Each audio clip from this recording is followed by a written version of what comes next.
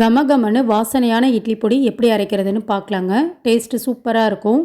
1 cup அளவுக்கு வெள்ளை உளுந்து எடுத்திருக்கேங்க. இந்தளவுக்கு நல்லா ட்ரை ரோஸ்ட் பண்ணிவிட்டு வேறு ஒரு பாத்திரத்துக்கு மாற்றிக்கலாம்.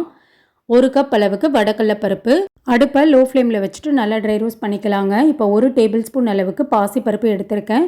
அதையும் நல்லா ட்ரை ரோஸ்ட் பண்ணிவிட்டு அது கூடவே 1/4 கப் அளவுக்கு பொட்டுக்கடலை சேர்த்துக்கலாங்க. இந்தளவுக்கு கலர் மாறினதுக்கப்புறம் தனியாக எடுத்து வச்சுக்கலாம். 1/4 கப் அளவுக்கு கருப்பு எள் சேர்த்துக்கலாம். நல்லா பொரியணும் இந்த அளவுக்கு. இப்போ 1 டேபிள் ஸ்பூன் அளவுக்கு கல்லுப்பு, காரத்துக்கு தேவையான அளவு வரமிளகா நான் ஒரு 16 அளவுக்கு எடுத்திருக்கேங்க. கொஞ்சம் நம்மளுக்கு நல்லா ஃப்ரை ஆனதுக்கப்புறம் 3 கைப்பிடி அளவுக்கு கருவேப்பிலை சேர்த்துட்டு நல்லா வறுத்துக்கலாம். நல்லா முறுமுறுன்னு இருக்கணும் இந்த மாதிரி. 1 டேபிள் ஸ்பூன் பெருங்காயத்தூள் சேர்த்துக்கலாங்க. இப்போ மிக்ஸி ஜாரில் வரமிளகா, கருவேப்பிலை, உப்பு சேர்த்து நல்லா கொரன்னு அரைச்சி எடுத்துக்கலாம். இப்போ நம்ம வறுத்து வச்சுருக்க உளுத்தம்பருப்பு, பாசிப்பருப்பு, கடலைப்பருப்பெல்லாம் சேர்த்துட்டு நல்லா கொரன்னு இந்த மாதிரி அரைச்சி எடுத்துக்கலாங்க. அவ்வளோதான், டேஸ்டியான இட்லி பொடி ரெடி.